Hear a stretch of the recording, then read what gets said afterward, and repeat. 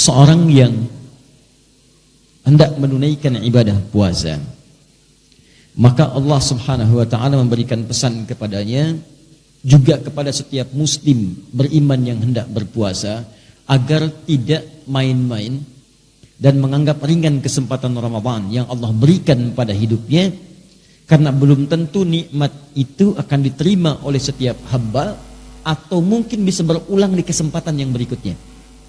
Tidak setiap orang bisa mendapatkan nikmat Ramadan, dan tidak setiap yang telah mendapatinya akan mengulangi di masa yang akan datang.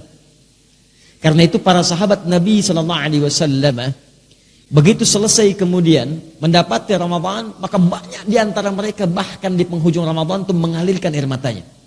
Mereka menangis, berharap, ya Allah, kalau bisa jangan berhenti ya Allah, besok Ramadan lagi, lusa Ramadan lagi, pekan depan Ramadan lagi, kalau perlu setiap hari Ramadan ya Allah. Saking inginnya semua waktu itu Ramadan, dan kita diberikan kesempatannya, dan mereka tahu belum tentu tahun depan bisa berjumpa. Karena itu semua bermujahadah ketika akan tiba Ramadan.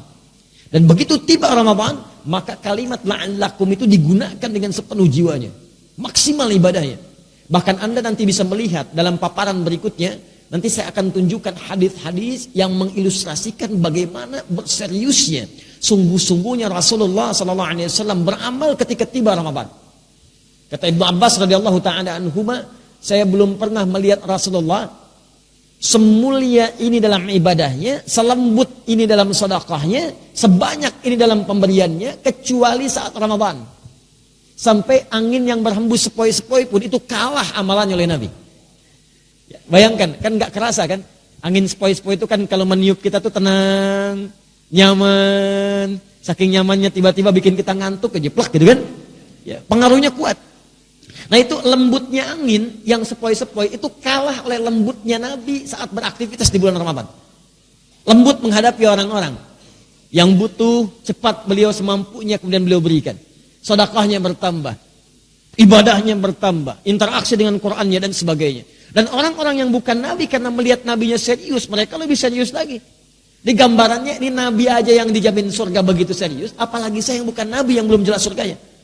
Makanya saya kisahkan di pertemuan lalu, Al-Imam Asy-Syafi'i, itu beliau itu kalau sudah tiba Ramadan, baca Qur'annya nambah 2 kali lipat dari sebelumnya. Hari-hari biasa, setiap hari sekali khatam, setiap hari. Ramadan sehari 2 kali khatam. Anda bayangkan. Dan pernah beliau saking dekatnya dengan Al-Quran, menemukan satu dalil, itu ke Quran dulu. Baca Quran, sampai ketemu dalilnya. Itu pernah mencari dalil tentang ijma, menghatamkan Al-Quran dulu sebanyak 300 kali. Di begitu yang ke-300 ketemu, oh ini maksudnya ayat ini menunjukkan kepada ijma. Anda bisa bayangkan bagaimana kesungguhan para ulama kita ketika bersiap mendapati Ramadan, maka meningkat berkali-kali lipat dari sebelumnya. Maka siapa yang kita yang bukan ulama, bukan sahabat, bukan tabi'in, bukan imam, bukan faqih, bukan muhaddits. Maka kata Allah, seakan-akan dihadapkan kita di hadapan Allah untuk menumbuhkan kesungguhan kita dan menunjukkan bahwa Allah serius dengan itu. Kata Allah, kamu di hadapan kita. Bukan orang lain. Ini bukan orang yang disebut, maaf, bukan orang yang di zaman Nabi, bukan orang di masa sahabat, bukan orang di masa tabi'in. Tapi kata Allah, la'allakum, kumnya masih ada di depan kita. Tatakun, kamu, tanpa batas. Kata Allah, kamu mesti serius ya. Karena saya pengen kamu bertakwa. Kamu mesti berubah. Kamu mesti jadi hamba yang taat. Mesti ada perbedaan ketika kamu lahir dengan kamu pulang. Saya ingin tingkatkan takwa kamu. Kalau Anda hafal Quran, demi Allah saya katakan, begitu disebut takwa, itu bisa berlinang air mata Anda. Karena ayat takwa selalu terkait dengan nilai kebaikan. Ketika Allah sebutkan takwa, maka Allah ingin tanamkan kebahagiaan. Nanti kalau Anda sampai ke ayat 189, wattaqullaha la'allakum tuflihun, di ujung ayatnya, kamu tingkatkan takwa supaya bahagia. Jadi ketika Anda dilatih takwa saat Ramadan, la'allakum tattaqun, supaya kamu takwa. Anda tanya, kenapa ya Allah? Kata Allah, saya pengen kamu bahagia. Ayo takwa. Indah. Wa may yattaqillaha yaj'al lahu makhraja wa yarzuqhu min haitsu la yahtasib. Ketika takwa meningkat kepada Allah, kata Allah, maka aku mudahkan hidupmu. Aku berikan solusi, aku limpahkan rezeki kepadamu. Makanya ketika Allah katakan la'allakum tattaqun, ayo serius supaya hidup kamu mudah. Ayo serius supaya rezeki kamu berlimpah. Ketika Anda puncaknya mengatakan takwa, Allah katakan wasari'u ila maghfiratin min rabbikum Wa jannatin arduhas samawati wal ardu uiddat lil muttaqin. Saya telah siapkan saya siapkan lil muttaqin bagi orang takwa. Apa itu? Jannatin arduhas samawati wal ardu. Saya telah siapkan surga yang tak bernilai dunia. Batasnya enggak ada batas dunia. Saya kata Allah, saya siapkan surga luasnya seluas langit dan bumi untukmu orang takwa. Kalau kalimat ini digunakan, disambungkan dengan ayat Ramadan, tingkatkan takwa. Saya pengen nyiapkan surga untuk kamu. Saya takut kamu gak ada di surga nanti. Kalau bahasa kita. Ayo tingkatkan takwa.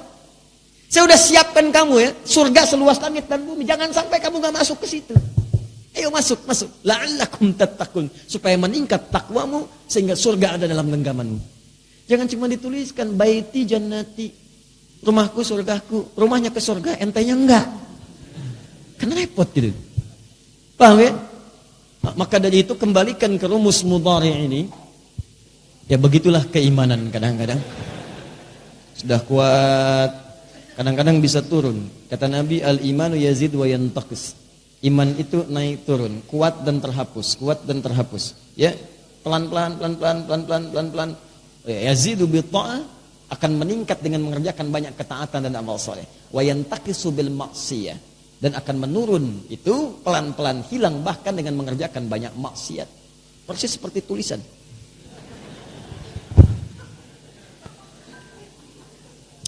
Anita di sini kalau saya nggak salah.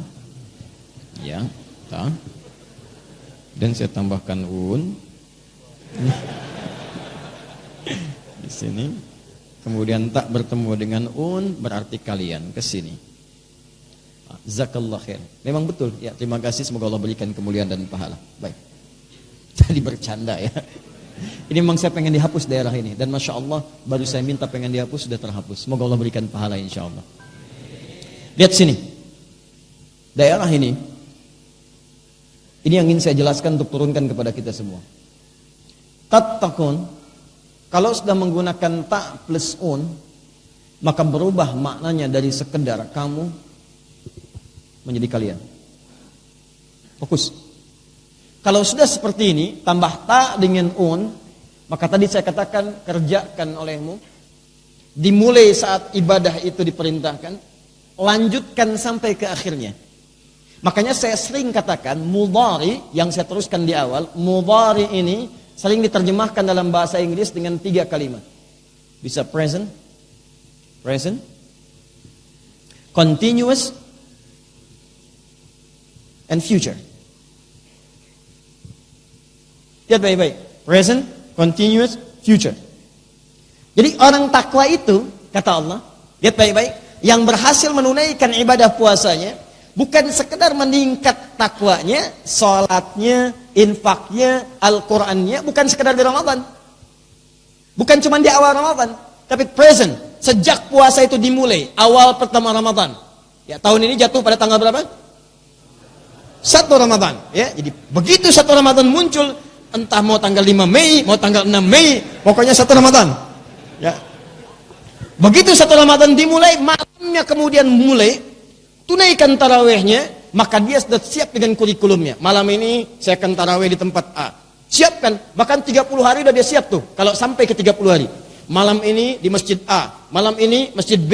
Sunnahnya baca Quran nanti saya akan capai sehari misalnya 10 juz. Bagi oleh dia, subuh baca sekian, zuhur baca sekian, asar baca sekian. Begitu tiba malamnya, maka dimulailah present ibadahnya. Orang takwa sudah siap. Dan yang paling menarik bukan cuma present, continuous.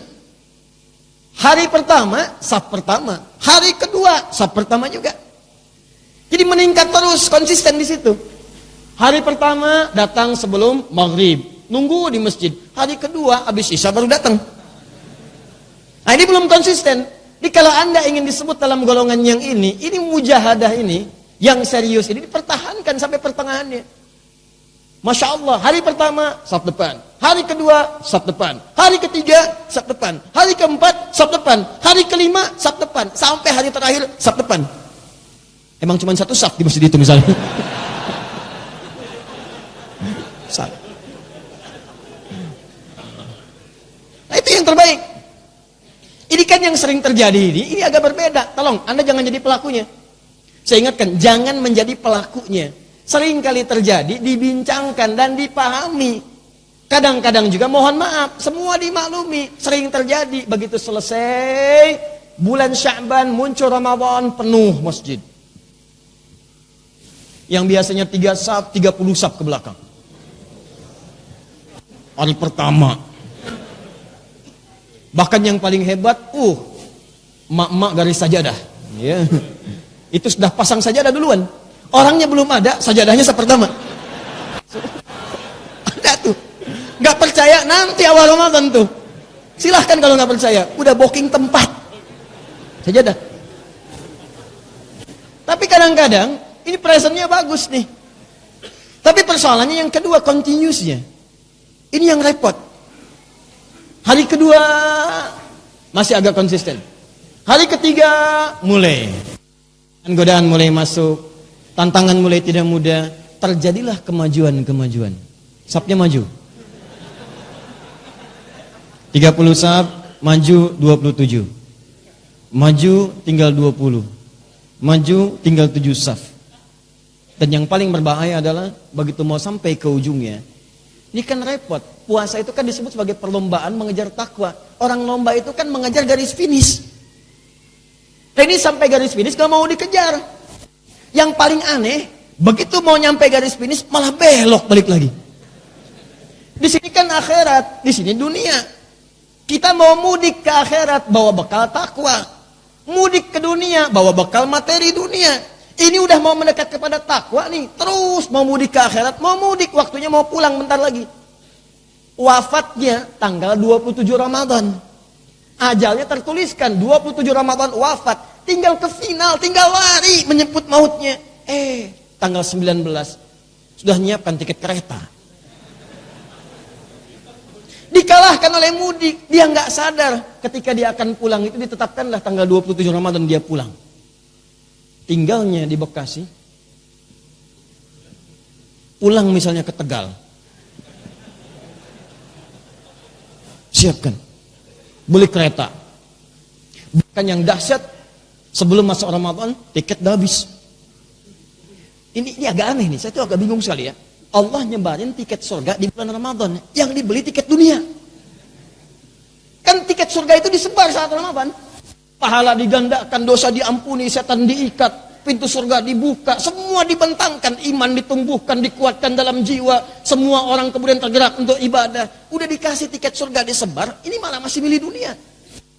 Berapa banyak tiket surga ditebar laku kemudian disiapkan oleh setiap muslim. Bandingkan dengan tiket dunia, belum masuk sekarang aja, mahal tiket. Dibikin mahal, masih habis juga. Anda bayangkan.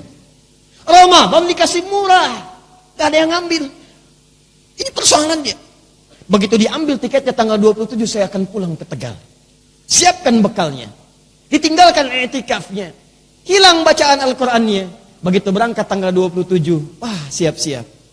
Tiket siap, masuk periksa, bawa bekal banyak, ada dus kanan, dus kiri, dituliskan di atas dus, sayang aku pulang, gitu kan? Masya Allah. Begitu masuk ke kereta, berhadapan dengan banyak orang di sana, tempat duduk, eksekutif, Masya Allah. Begitu masuk perjalanan dimulai, stopan pertama, bertemu dengan malaikat maut. Pulang, tertuliskan 27, kamu mesti pulang. Tidak sedikit ada yang wafat di jalanan. Tidak sedikit ada yang mengatakan dia tabrakan. Tidak sedikit ada yang mengatakan dia kecelakaan. Tapi hal yang tidak bisa dibantah, dia pulang menghadap kepada Allah Subhanahu wa taala. Setiap kita pasti akan pulang. Karena itu ketika masuk bulan Ramadan, walaupun Anda memiliki misalnya agenda untuk kembali, untuk pulang, ingin Idul Fitri di tempat Anda, di tempat ibu Anda, di tempat kakek Anda, ini tidak dilarang, boleh. Tapi jangan sampai semua itu mengurangi kesungguhan Anda dalam menunaikan ibadah.